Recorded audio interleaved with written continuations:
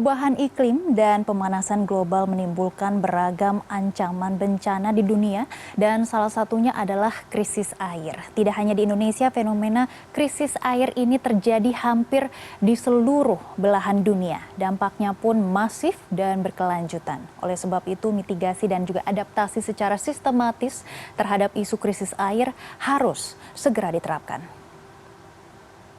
Krisis air adalah kondisi di mana ada ketidakseimbangan antara permintaan dan ketersediaan air bersih. Nah, krisis air ini memang menjadi permasalahan lingkungan yang terjadi di Indonesia dan berbagai negara lainnya. Apabila dibiarkan, krisis air dapat menimbulkan efek domino yang berdampak pada krisis pangan, energi, hingga sosial. Berdasarkan laporan proyeksi ketersediaan air oleh Badan Pusat Statistik, ketersediaan air per kapita di Indonesia diprediksi tersisa 181.498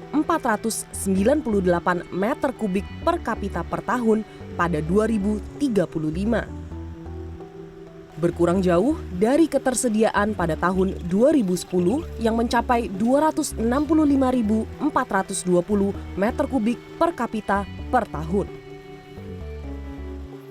Sedangkan studi tahun 2020 tentang kualitas air minum rumah tangga dari Kementerian Kesehatan menyatakan 7 dari 10 rumah tangga Indonesia mengkonsumsi air minum yang terkontaminasi bakteri E. coli. Data Kementerian PPN Bappenas juga mengatakan meski akses air minum di Indonesia telah mencapai 91% di 2021, angka sanitasi aman Indonesia baru mencapai 7%, jauh lebih rendah dibandingkan negara Asia lainnya seperti Thailand di 26% atau India di 46%. Namun krisis air tak hanya mencakup akses air bersih saja, melainkan juga fenomena bencana seperti kekeringan ataupun banjir. Menurut pakar lingkungan Sudarto, ada 3 bagian krisis air. Satu adalah too much, too little, dan too dirty. Gitu. Jadi too much ketika musim hujan, kita selalu kebanjiran. Jadi bulan Februari, Maret adalah bulan-bulan di mana kita mengalami banyak bencana banjir di banyak tempat, termasuk di sekitar kami di Semarang dan Demak. Lalu too little ketika di musim kemarau terjadi kekeringan di mana-mana. Too dirty itu setiap hari, setiap anytime. Artinya adalah perlakuan kita menyebabkan kualitas air itu menjadi buruk gitu. Jadi sebagian besar masyarakat tidak dapat mengakses air bersih, sanitasi yang bersih. Menurut Badan Meteorologi, Klimatologi, dan Geofisika atau BMKG, peningkatan emisi gas rumah kaca yang mempercepat pemanasan global menjadi penyebab utama krisis air.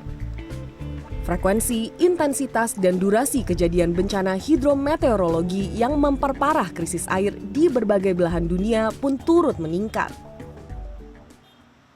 Sesungguhnya, baik krisis air, krisis lingkungan, sesungguhnya itu penyebabnya itu adalah manusia sendiri. Artinya ketidakmampuan kita dalam mengelola lingkungan kita, menjaga lingkungan kita. Dan hal itu diperparah dengan adanya perubahan iklim. Jadi perubahan iklim itu bukan penyebab langsung dari krisis air. Kenapa bisa terjadi perubahan iklim? Itu juga kegagalan kita dalam mengelola lingkungan.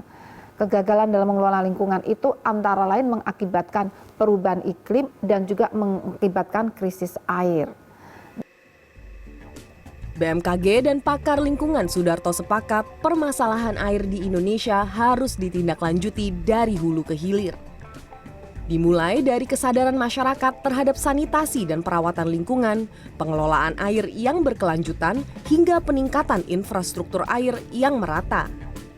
Setiap 3 tahun sekali, organisasi internasional World Water Council mengadakan World Water Forum yang bertujuan untuk mengatasi isu-isu air global.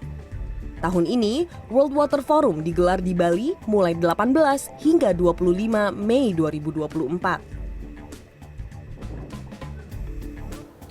Forum ini menjadi ajang para pemangku keputusan mancanegara untuk berkolaborasi menemukan solusi krisis air global. Sebagai tuan rumah, Indonesia harus bisa menghasilkan solusi nyata untuk pengelolaan, pengadaan, dan pemeliharaan air bersih. Karno Mursalim, Indra Raharja, Jakarta.